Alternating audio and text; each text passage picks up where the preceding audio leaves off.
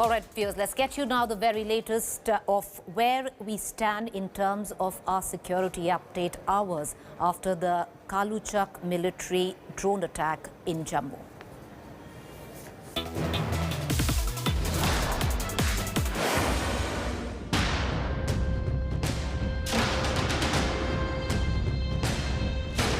After drone attack at Jammu Air Base on Sunday, no stopping drone terror in Jammu. Hours after drone carrying 2 IED payloads rocked the high security airbase, around 8 kilometers away, 2 more drones were spotted at the high security military base in Kaluchak area, triggering a major security scare. First drone was spotted at 11:45 p.m. on Sunday, while another at 2:40 a.m. on Monday. Soon a high alert was sounded and quick reaction teams sprung into action.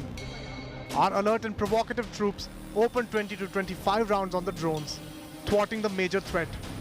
But both the drones managed to fly away due to the darkness. Now the military establishment has swung into action. Intense search operation is being carried out both in Ratnuchak and Kaluchak military stations areas. And in the VRs, when the drones were witnessed, the alert security forces fired at those drones. 20 to 25 rounds of fire were fired by the security forces. That's what the army is saying. But soon those drones vanished from that spot. Sources say that these drones were quadcopters which are used by the Pakistan Army and Pak Rangers. Terrorists too use them for recce purposes and need no particular surface for the launch. The small 4-rotor drone is operated by a remote control, making it difficult to nab the person operating it. Search operations are underway to locate the drones. A high alert has been sounded in Jammu and particularly across military stations. The use of small drones raise security alarm as they are capable of avoiding traditional security measures. In almost all cases, operator remains behind cover and explosives can be dropped with great accuracy. Through drones, attacks can be carried out from a position of safety. Drones are relatively quiet and hard to spot. 2 days, multiple drones creating upheaval but failing to wreak havoc thanks to our alert forces. With Sunilji Bhatt in Jammu, Bureau Report, India Today.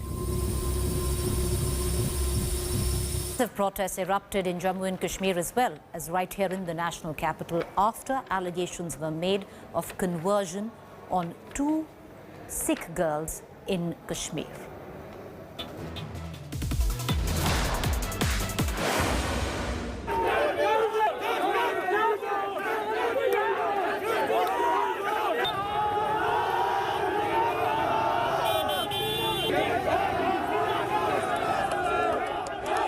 A sea of supporters in the heart of Srinagar. Angry Sikhs gathered outside a Gurudwara after 2 incidents of alleged forced conversion. The Love Jihad bogey is back as these protesters claim Sikh girls in Kashmir are being forcefully converted to Islam. 18 साल की लड़की है, ये कहाँ का कानून है? अगर मानते हैं कि अगर लड़की लड़के का कोई कानून है, मगर कानून को ये भी देखना है कि लड़की इनोसेंट है, बालिग नहीं है, लड़का 60 साल का है, 2 शादियां उसने की हुई है। सिर्फ लड़के वाले वहाँ थे, लड़की का कोई नहीं था, खाली लड़की थी। उसको बैन एवरेज कर रहे थे, तो उसका माँ बाप का कोई बयान नहीं लिया, किसी को बुलाया नहीं गया, सिख कौम से किसी को पूछा नहीं। Sikh groups are now demanding that a law must be brought into effect to stop these conversions. Akali Dal's Manjinder Singh Sirsa also met with JNK LG Manoj Sinha to put forth this demand. जिस तरह से उत्तर प्रदेश और मध्य प्रदेश के अंदर कानून है जहां inter religious marriages के लिए माँ बाप की कंसेंट लेनी पड़ती है, कोर्ट की कंसेंट लेनी पड़ती है, वो कानून को तुरंत लागू किया जाए। और हमारी 4 बच्चियां पिछले 1 महीने में अगवा करके गन पॉइंट पे उनका निकाह किया गया है, धर्म परिवर्तन किया गया है, उनको हमें वापस दिया जाए। The protesters also reached the national capital as protesters appealed to Home Minister Amit Shah for the central government's intervention. हमारी जो डिमांड है वो यही है कि जो धर्मांतरण हो रहा है कश्मीर में, और खास करके कश्मीर के जो उस इलाके में हो रहा है जहाँ पे सिख बहुतायत है, और सिख परिवारों की बच्चियों को उठा करके उनको जबरन निकाह कराया जा रहा है, उनका धर्म परिवर्तन कराया जा रहा है। So what has triggered this outpouring of outrage? two incidents of alleged forced conversion of Sikh girls in Kashmir. In the first incident, an 18-year-old Sikh girl's marriage to a Muslim man triggered outrage, and after widespread protest, she is now back with her family. In the latest incident, the alleged victim has converted to Islam for her wedding, and while protesters claim she was forcibly converted, the girl has given written consent in court that she is willingly getting married and wants to stay with her husband. A story that immediately brings back memories of the love jihad showdown in Kerala over Hadia. Sikh organizations from Kashmir to Delhi are in anger after the alleged dharam parivartan of two Sikh girls here in the Kashmir Valley. This is the first case of such nature in the Kashmir Valley, and worries are for the union government, as after the union territory, Sikh organizations are blaming the central government for the lapses and are demanding for the new law as in other states for dharam parivartan in Kashmir. With Rauf Ahmed Ashrafani for India Today in Srinagar. All right, viewers, this is a big provocation by Twitter. Once again, the social media giant has distorted the map of India.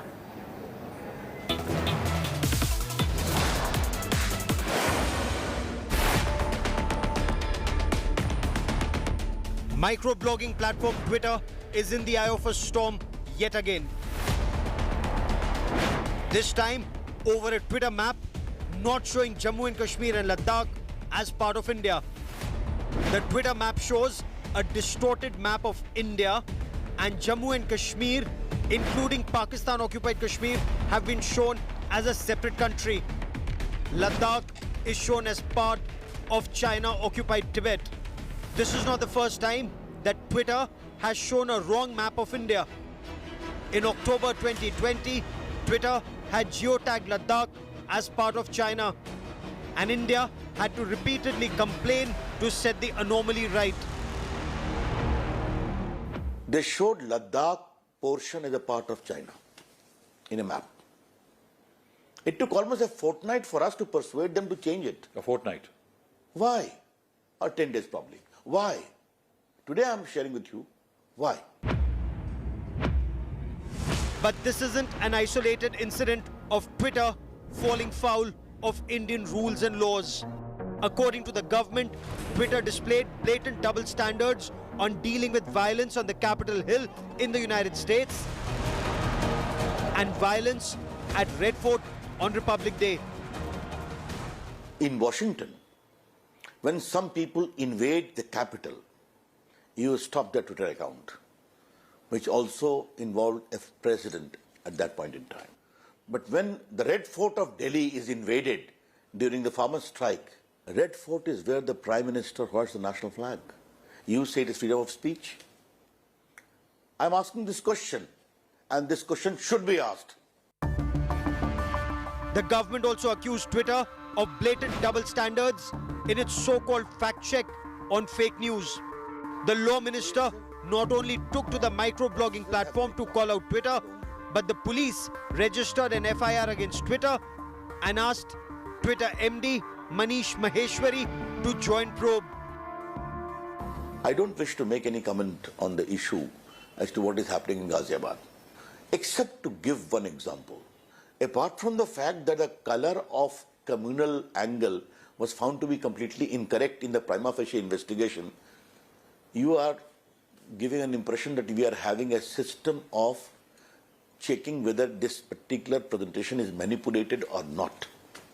Why you have double standards on that?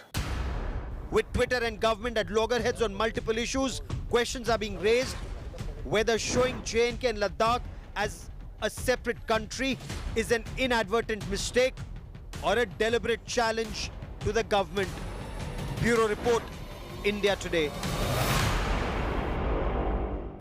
All right, viewers, this is the latest coming in. Congress versus Congress playing out in the state of Punjab. The latest is that the Gandhis, namely Rahul Gandhi and Priyanka Gandhi, would be meeting Navjot Singh Sidhu tomorrow. All of this should also be seen in the light that both of them had not met Amrinder Singh, the Chief Minister of Punjab, Sources say Sidhu might be questioned over his controversial statements, including the one where he said two families taking advantage in Punjab. This even as Rahul had snubbed Amrinder Singh during his visit to Delhi and did not hold any meetings with him. Amrinder only met the three-member Congress committee over the infighting on June 23rd. During the meeting, Amrinder refused to give any key post to Navjot Singh Sidhu. All right, so that's the latest that is coming in. Navjot Singh Sidhu, after the Chief Minister of Punjab, who was in the national capital to try and seek intervention from the Congress High Command to sort out what is going on in the Congress unit in Punjab, was denied access to Rahul Gandhi. Navjot Singh Sidhu would be, in fact, meeting not just Rahul Gandhi tomorrow, but also Priyanka Gandhi. What's interesting is all of this is in the light of the impending elections in Punjab over the next 6 months. All right, one thing that has everyone focused on is the possible economic downturn due to the COVID crisis in India. Well, the latest in that is that the Union's Finance Minister Nirmala Sitharaman announced an 8 economic relief measure to boost the COVID-affected sectors. The government has announced 1.1 lakh crore loan guarantee scheme for COVID-affected sectors, out of which 50,000 crore to be used to scale up health infrastructure. Interest rates for health sectors have also been capped at 7.95%. All of this is not all. Rupees 1.5 lakh crore for emergency credit line guarantee scheme is also been launched. Finance Minister Nirmala Sitharaman also announced support to tourism sector, free visa to be given to the first 5 lakh foreign tourists to India, while licensed tourist guides to get financial aid. Total to 1.1 lakh crore guarantee which is being given for particularly COVID affected sectors. And in that, health sector with a 50,000 crore cover receives attention for scaling up medical infrastructure. The health and medical infrastructure in all other areas, all other towns, Tier 2, Tier 3 will be focused. So we are not looking at the 8 metropolitan, we are looking at all others. The loan which will be given will be to a maximum amount of 100 crores. This guarantee will last for 3 years, and the interest rate for this health sector is about 7.5. It's capped at 7.95%. 2.69 crores have already been utilized. The rest will also be available for people to utilize it.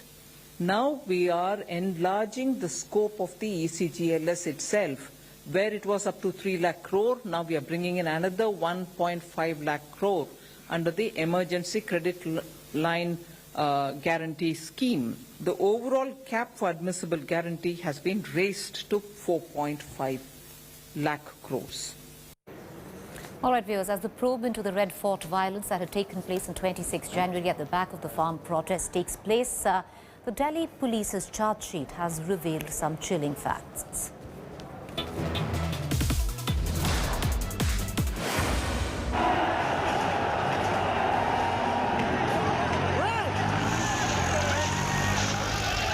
January 26th.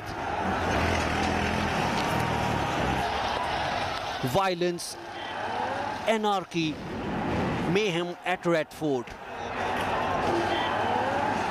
Months after rioters stormed the historic fort, the conspiracy unravels. India Today has exclusively accessed the Delhi Police Crime Branch charge sheet that contains some startling revelations. According to Delhi Police Crime Branch, one of the prime accused in the violence, Iqbal Singh, carried out recce of Red Fort a day before violence. Iqbal has been captured in the CCTV footage when he visited Red Fort on the intervening night of January 25th and 26th. A month earlier, on December 19th, Iqbal Singh had attempted to hoist a Sikh religious flag, Nishan Sahib, at the Red Fort, but was stopped by the police present there. He then clicked a picture of him holding the Nishan Sahib with Red Fort in the backdrop. Both the CCTV footage and his picture have been made part of the charge sheet. The probe into violence has revealed a deep-rooted conspiracy, the planning for which was going on for months. Iqbal's Khalistan link has also come to the fore. The charge sheet says that Iqbal Singh went to Canada in 2009 and stayed at the Dixie Gurudwara in Ontario, which is believed to be a hub of Khalistani sympathizers. According to Crime Branch, Iqbal received calls from Canada at the time of January 26 violence, and they are being probed for their Khalistani link. Cops also say that Iqbal Singh has confessed that Khalistani outfit Seek for Justice promised him money for hoisting Nishan Sahib flag at Red Fort. Along with Iqbal Singh, a total of 17 people, including actor Deep Sidhu, have been charge-sheeted in the case. One Gurjot Singh, who carried a reward of ₹1 lakh on his head, has also been arrested from Amritsar in connection with the January 26 violence. Delhi Police Crime Branch scanned through thousands of mobile numbers and CCTV footages to zero down the villain of 26th of January violence. Now the nose is tightening around them. With the camera person Nasir Khan, Tanseem Haider for India Today. Welcome back. You're watching a fact-check segment where we bust certain claims masquerading to be facts on social media platforms and WhatsApp group. There's a claim floating about suggesting that centuries-old manuscript has been found during the excavation at the Ram Janambhoomi. The fact to that is no such manuscript has been found. So with that fact-check, time for us to go into a quick break, but to stay with me on the other side is To The Point.